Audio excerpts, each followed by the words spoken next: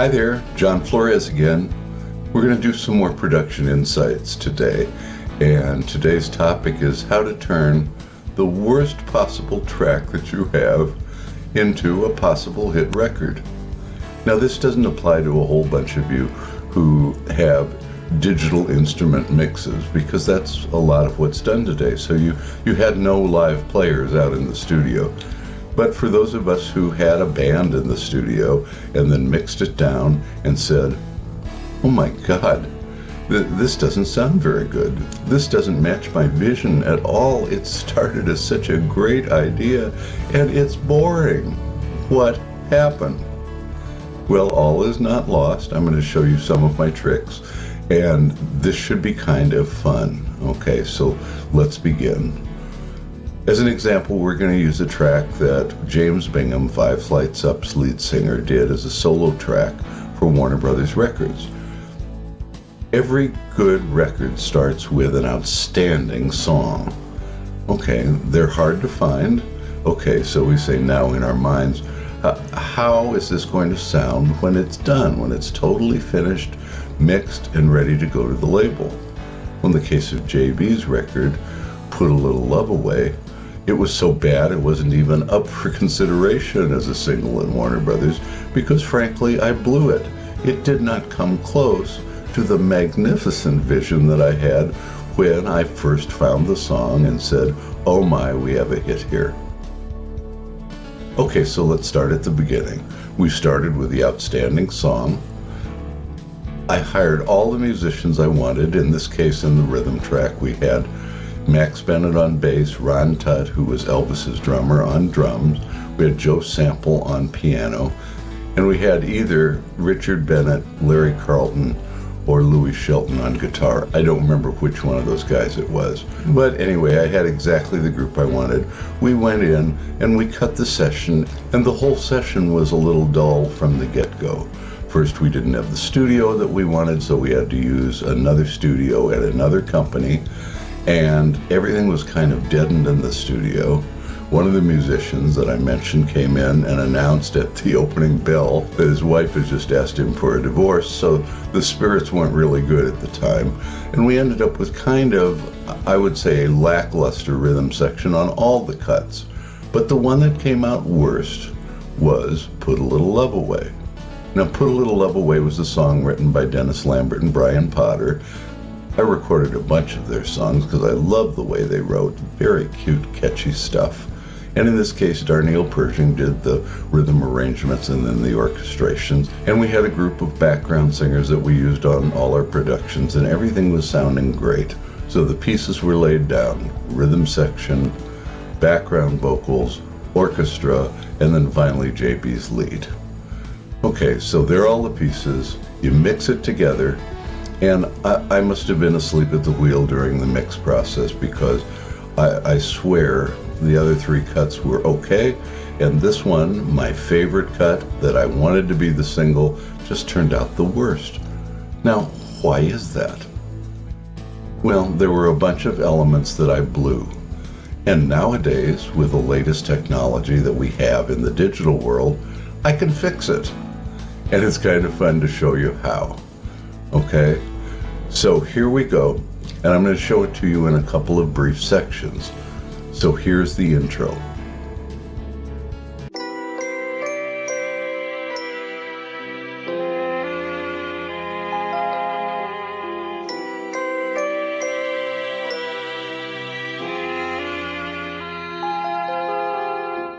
Now here's a portion of the verse.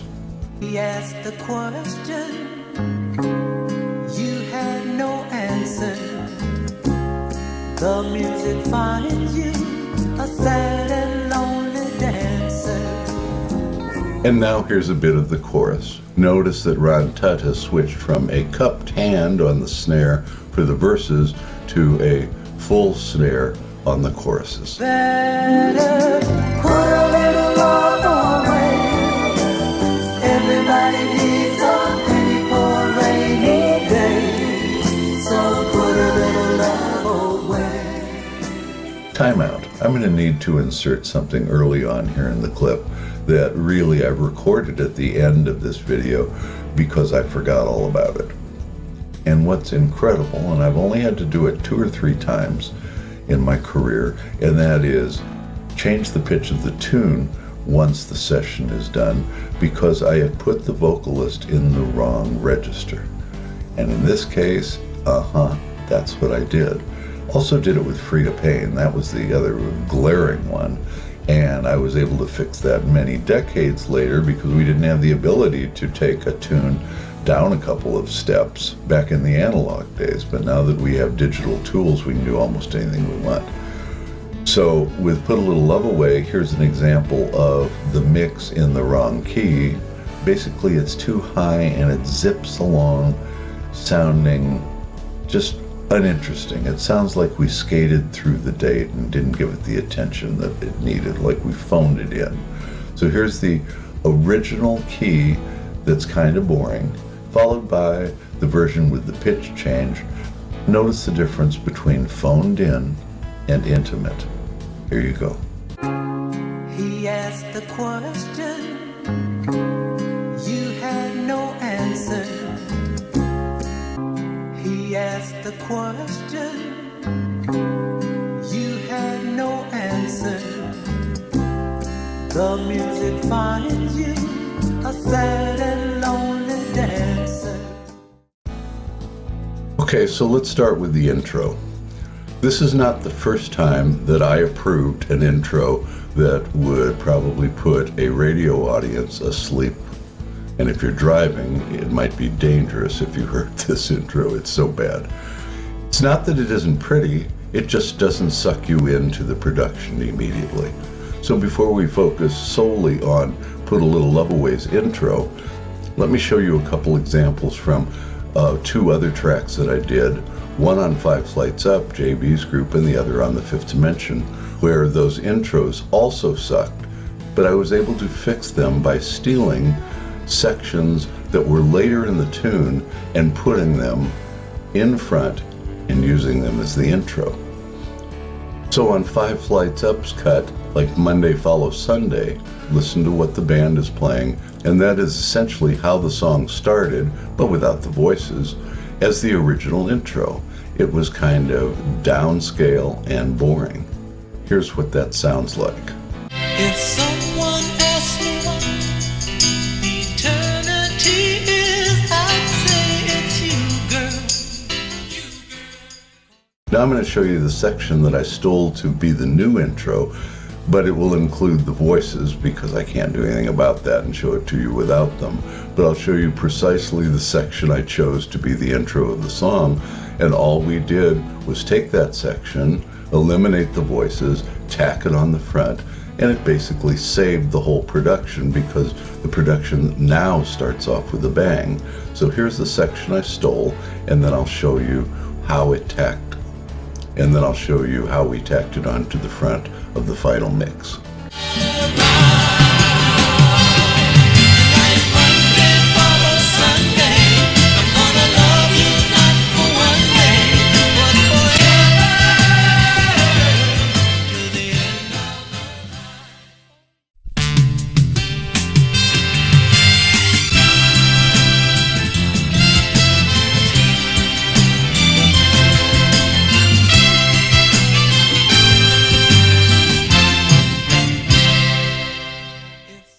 The other cut I did this on was huge to me because it was The Fifth Dimension. It was my prestige act. I had to have a hit, and the cut that appeared to be the single to us just had another boring introduction that was very much like the first verse again. I won't play it for you, but it was just too pretty and too boring. But I'll play you a little bit of the first verse so that you can hear kind of the level that it started at. So here we go with that. Sitting around the table watching each other, feeling kind of sorry for my baby brother. There's no love in the room, no love in the room. And now I'll play you the section, unfortunately with voices because I can't get rid of them this many years later to show you precisely what we did. But here's a section that I stole from later on in the tune and then tacked onto the front. So here's that section. There's no love in the room, no love in the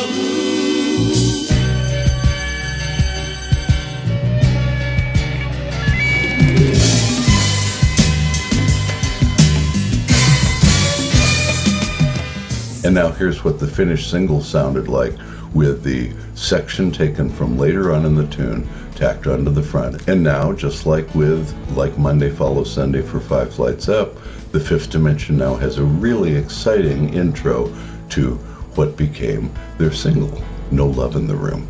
Here you go.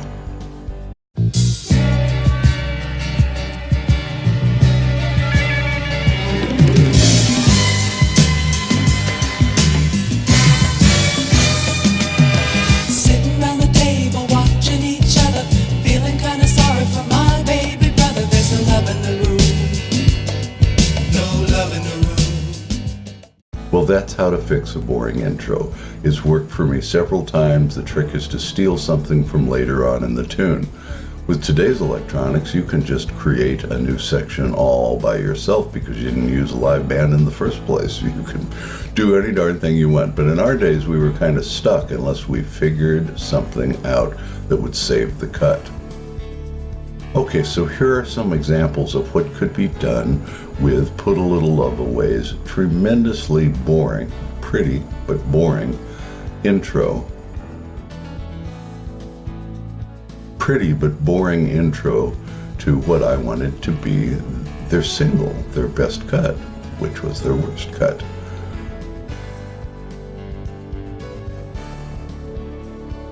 The first thing you can try is to just start cold.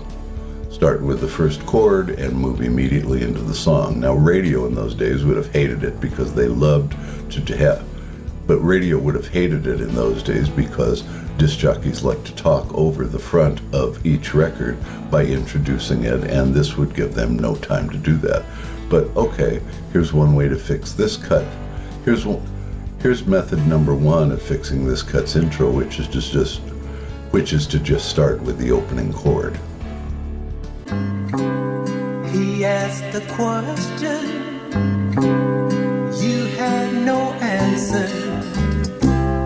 The music finds you a sad and lonely dancer.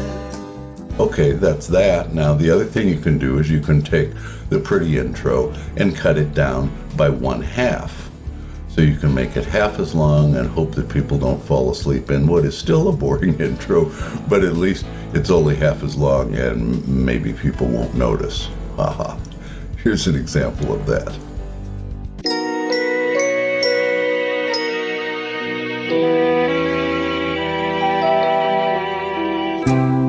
He asked the question, you had no answer. And then the third example is the same as the other ones that I've shown you on the other acts, and that is you steal something from later on in the tune, and then you cut it to the front of the tune, you blend it together with the beginning of the tune, and you see how that works. Now this doesn't quite work, so I didn't go with it as my final version, but it certainly was an option. So here's what that sounds like when we tack on a section that was later on in the tune, and we put it up front and blend it with the opening of the tune. Okay, here goes. Better put a little love away. Everybody needs a penny for a rainy day. So put a little love away.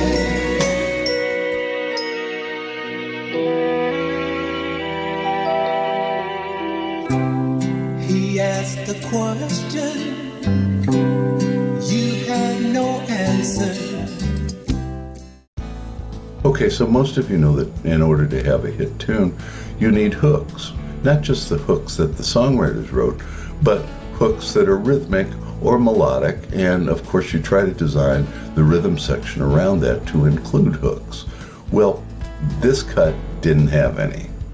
But yeah, there are 2 or 3 elements that we can dig into and either make them hooks or add a couple of things to them to make them hooks.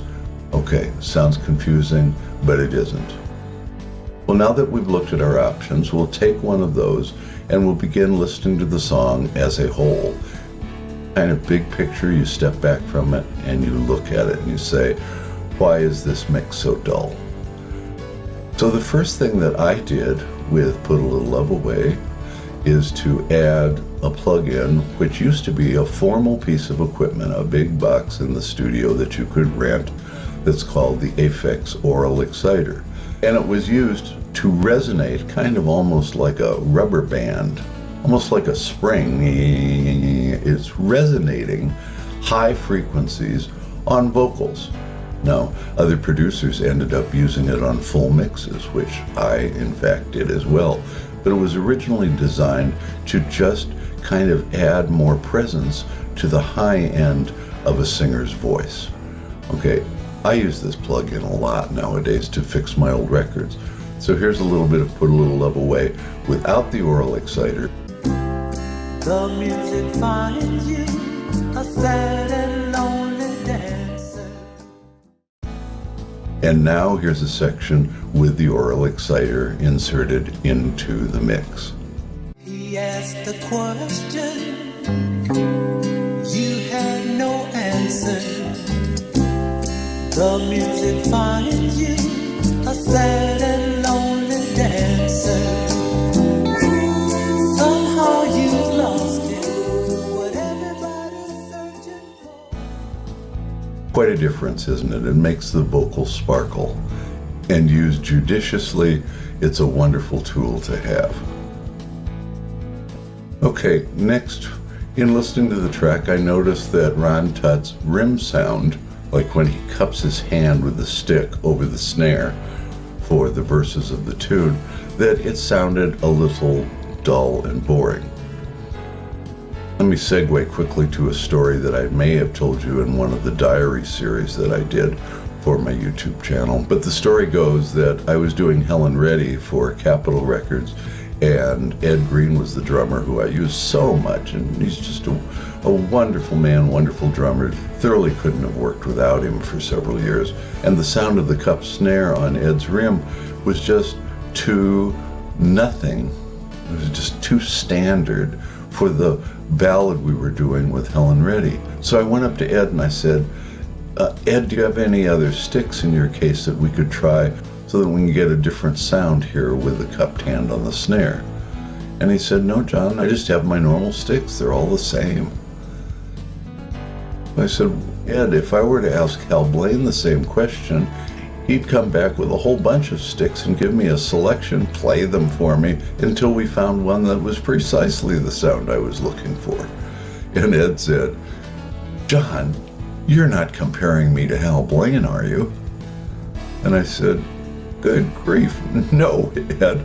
I'm just saying that Hal offers a different set of sounds for the snare drum. That's all. And I spoke to Ed within the past couple of years. He doesn't remember the incident, but it made me smile because, no, I wasn't comparing his playing to Hal Blaine's. I just wanted a different sound on the friggin' snare for that date.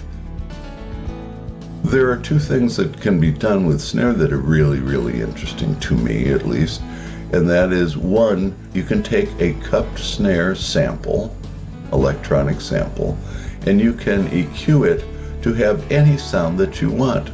And so, in this case, with Put a Little Love Away, it has a sound similar to what I wanted it on the Helen Reddy date. It has more of a, I can't do it, there, pop. Then it does a thud. And let me show you what Ron Tutt's original snare sounded like, and then what it sounds like with the sound that I wanted, the sample EQ'd, put into the mix. Here you go. The music finds you a sad and lonely dancer. Somehow you've lost it. The music finds you a sad and lonely dancer.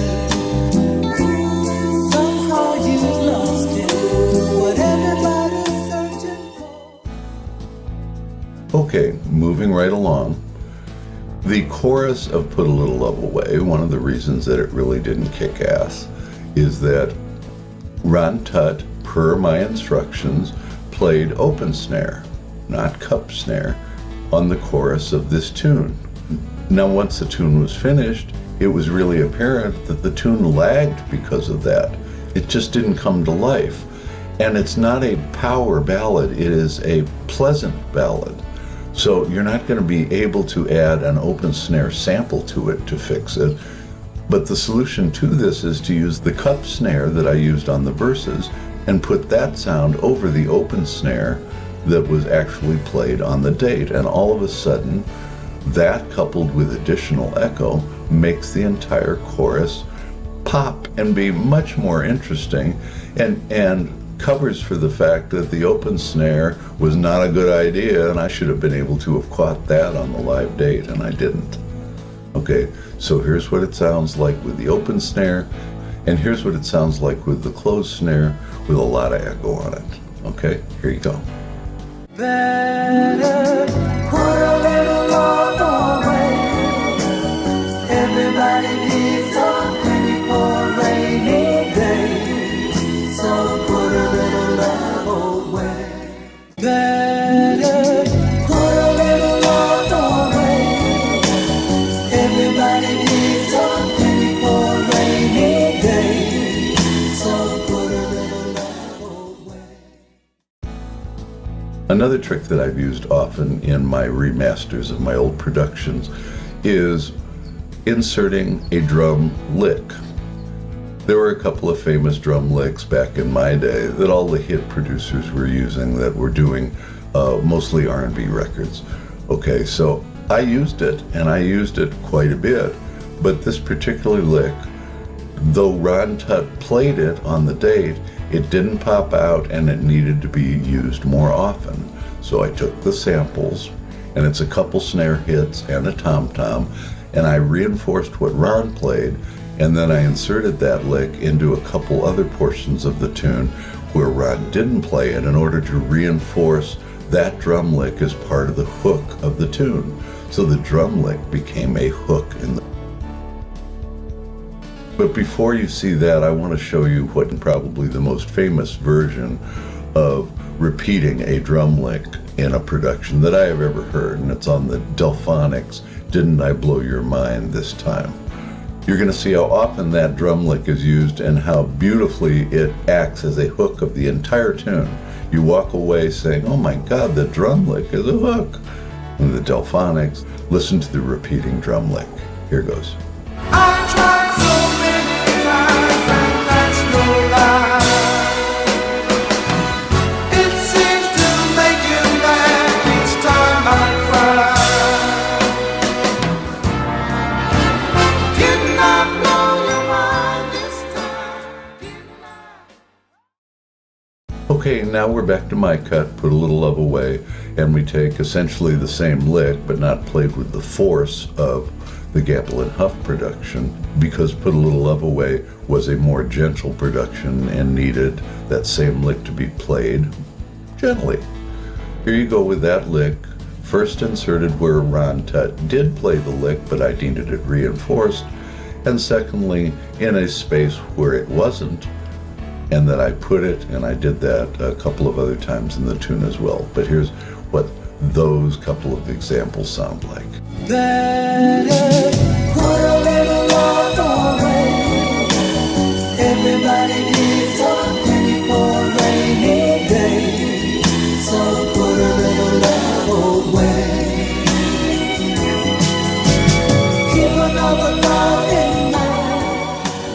Someone's got to leave. So we're closing in on finishing the product. It's sounding better, we're adding stuff and all of that now. Let's stay with the, let's call it the icing on the cake before we get to the cake itself, okay? You'll see the metaphor in a minute. So another piece of icing has to do with hi-hat splashes. That's the ch that the drummer plays with a stick, his hi-hat, and his foot. Okay, hi-hat splashes can also be hooks for tunes. The more that they're used, the consumer has no idea what's going on, but they become sub-hooks because they're catchy.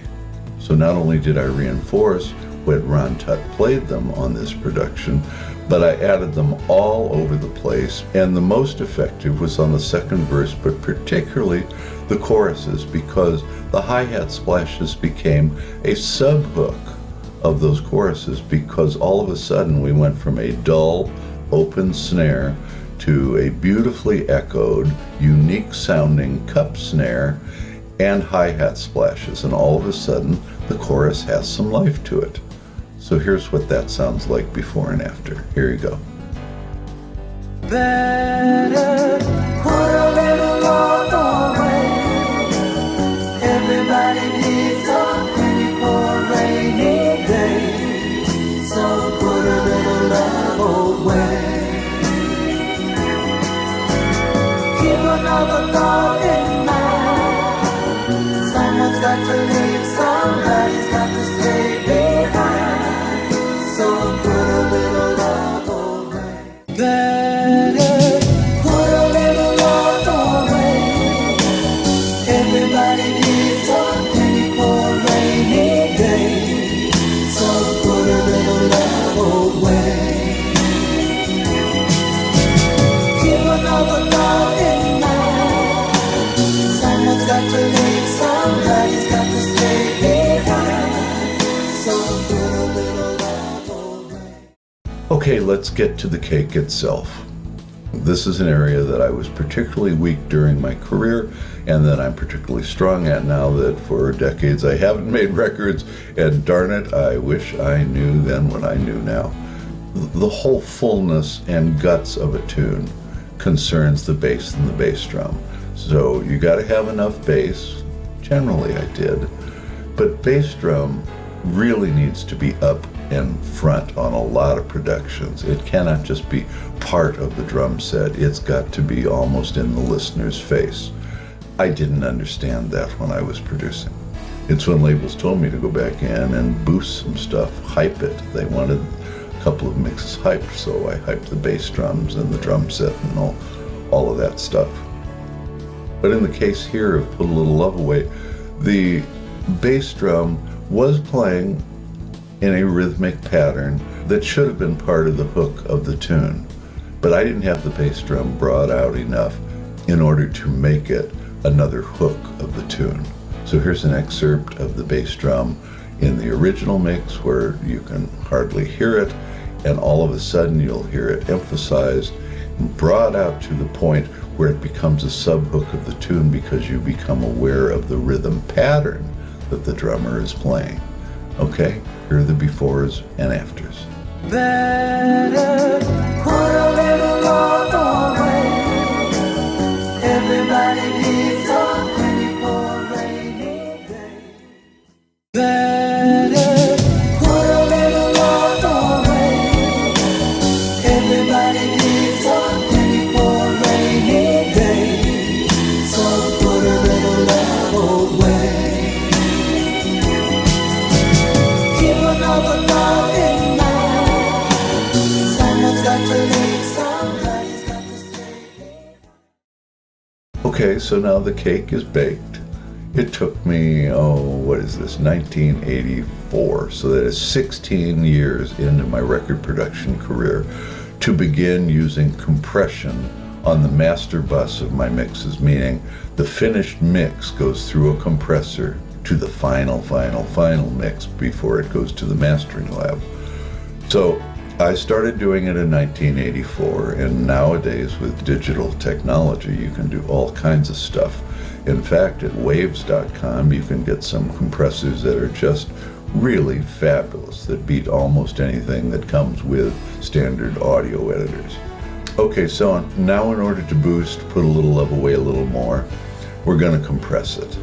And a compressor takes what is soft in the tune and raises it, kind of like a computer robot. It tries to figure out what's low and needs to be boosted and what's already high and tries to leave it mostly alone, but often doesn't.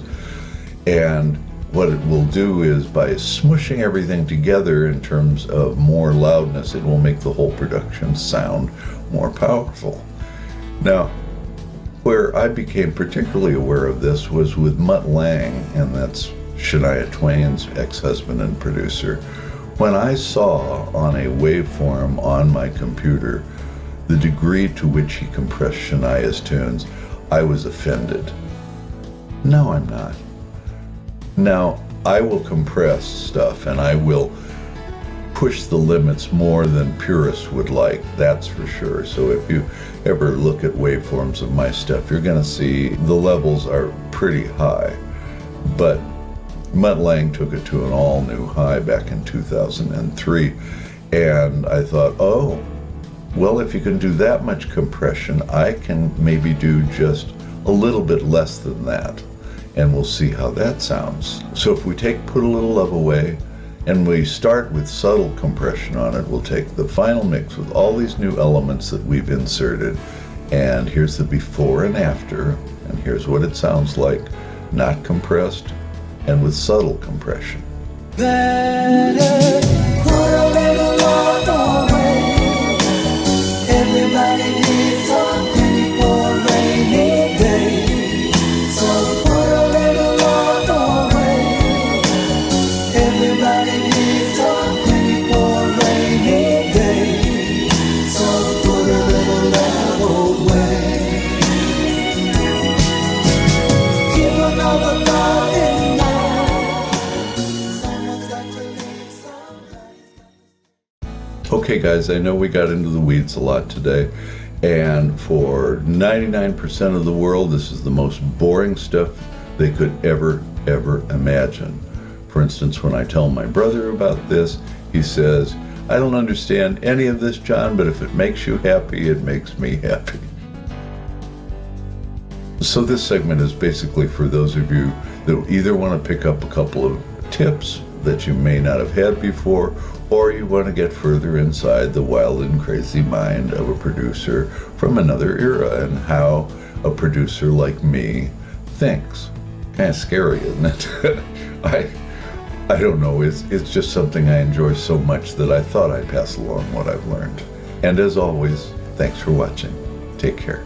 Bye-bye.